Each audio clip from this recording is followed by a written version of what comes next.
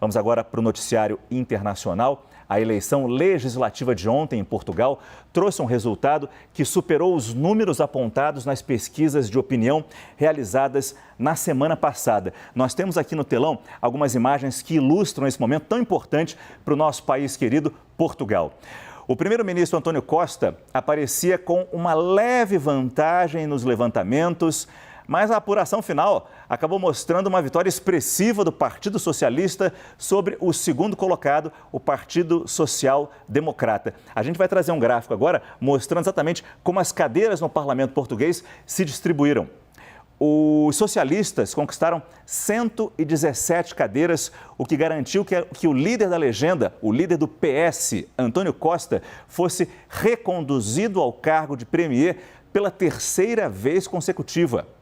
Já a principal força de oposição, o PSD, teve 71 deputados eleitos. E aqui nessa outra ilustração a gente destaca essa sigla CH, o terceiro partido do alto para baixo, PS, PPD, PSD e o CH, que significa Chega. É o partido que representa neste momento a extrema-direita portuguesa e vai ter 12 cadeiras na próxima legislatura. A votação foi convocada em novembro do ano passado, depois que os aliados do primeiro-ministro, António Costa, se juntaram à direita para derrubar o orçamento. Após a vitória, Costa terá uma nova chance de aprovar o plano de gastos de 2022. Nós vamos fazer agora uma conexão com Portugal, com os nossos queridos companheiros da CNN Portugal. Eu converso ao vivo com Ana Sofia Cardoso, âncora da CNN Portugal, âncora, por sinal, do CNN Prime Time, nossa colega, então, de jornal aqui. Ana, um prazer ter você aqui com a gente e eu começo destacando exatamente a grande vantagem do PS nessa eleição. Eu pergunto como explicar essa escolha, sabendo que meses atrás o primeiro-ministro António Costa precisava de uma coalizão de partidos de esquerda para governar e agora, depois desse resultado, ele vai sozinho, o PS vai sozinho comandar Portugal. Boa noite para você.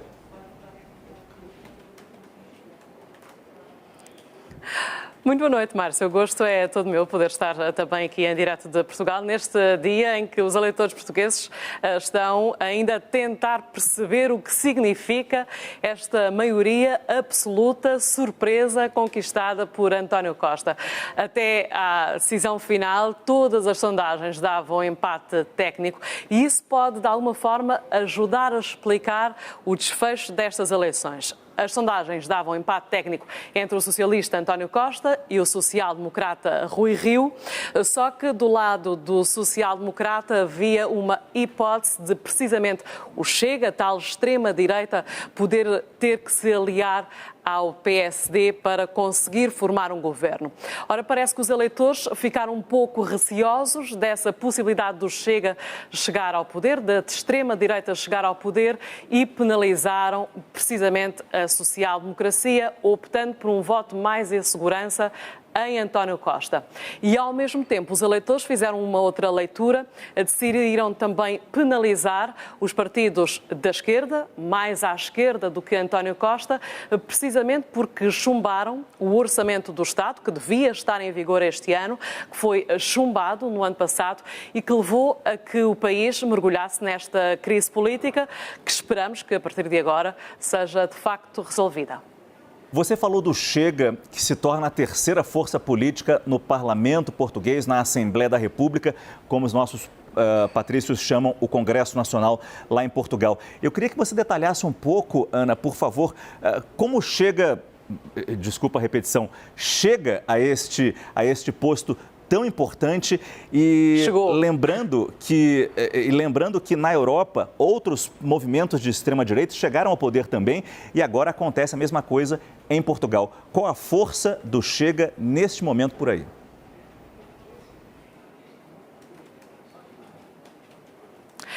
E é algo surpreendente a força que o Chega tem neste momento, porque nas últimas eleições tinha um deputado, o próprio líder do Chega, André Ventura, e neste momento tem 12 deputados. De uma eleição para outra, multiplicou e muito o número de deputados no Parlamento. Essa a explicação não haverá também naturalmente apenas uma explicação, mas tem sido apontado como um voto contra o sistema. O próprio André Ventura diz que é um voto contra o sistema. E desse sistema, o que é que os eleitores muitas vezes consideram?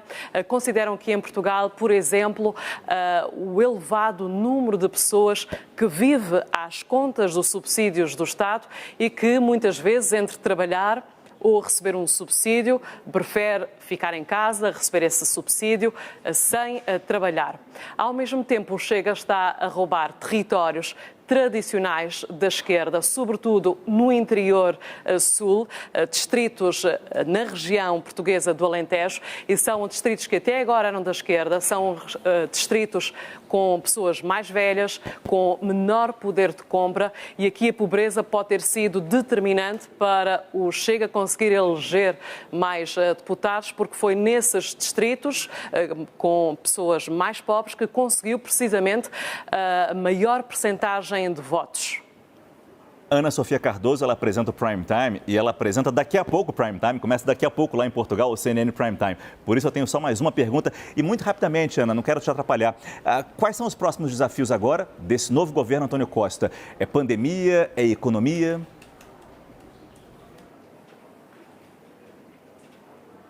Não atrapalha nada. Os desafios são muitos. Há desafios políticos, há desafios económicos. Portugal, à semelhança de quase todos os países hoje, vivemos dificuldades por causa precisamente da pandemia da Covid-19.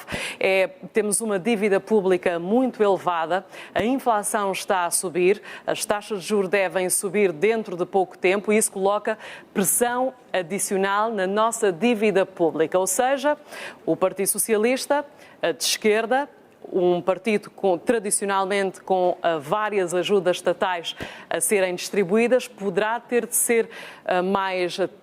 maior controlo, não distribuir tanto dinheiro para de alguma forma fazer face à dívida pública que está muito elevada em Portugal.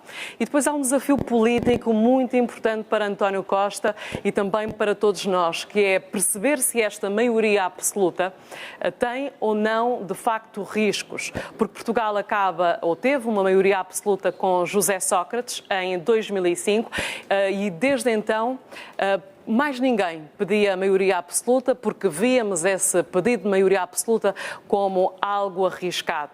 Recordo que foi nessa legislatura de José Sócrates que houve inúmeros casos de suspeitas de corrupção e, portanto, os eleitores, quando ouvem falar em maioria absoluta, lembram-se também dessas suspeitas de corrupção. António Costa diz que o Presidente da República, Marcelo Rebelo de Sousa, será o vigilante, será o garante dessa maioria absoluta.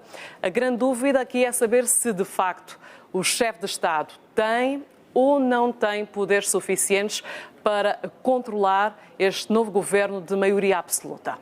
Ana Sofia Cardoso, nossa colega da CNN Portugal, nos ajudando a entender o impacto dessa eleição de ontem em Portugal, nos próximos dias, nas próximas semanas, próximos meses, próximos anos, na nossa querida terrinha. Ana, muito obrigado. Conte sempre com a gente aqui da CNN Brasil e vamos continuar fazendo sempre essa parceria aqui, CNNs, Brasil e Portugal. Boa noite, bom jornal para você. Assim faremos. Muito obrigado.